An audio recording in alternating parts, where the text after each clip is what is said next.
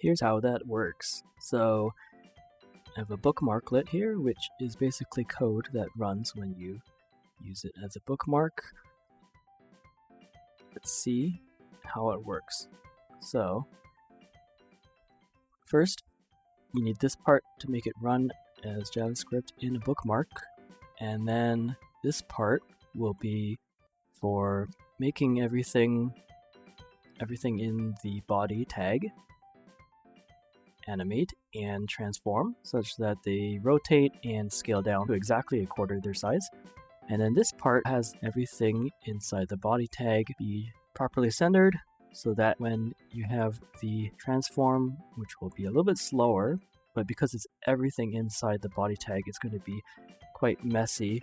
But at this point, we also rotate it even further, and then instead of shrinking, we make everything grow to 3 times their size after 5 seconds. All right, so now let's show that this actually works by running it in the console of the browser.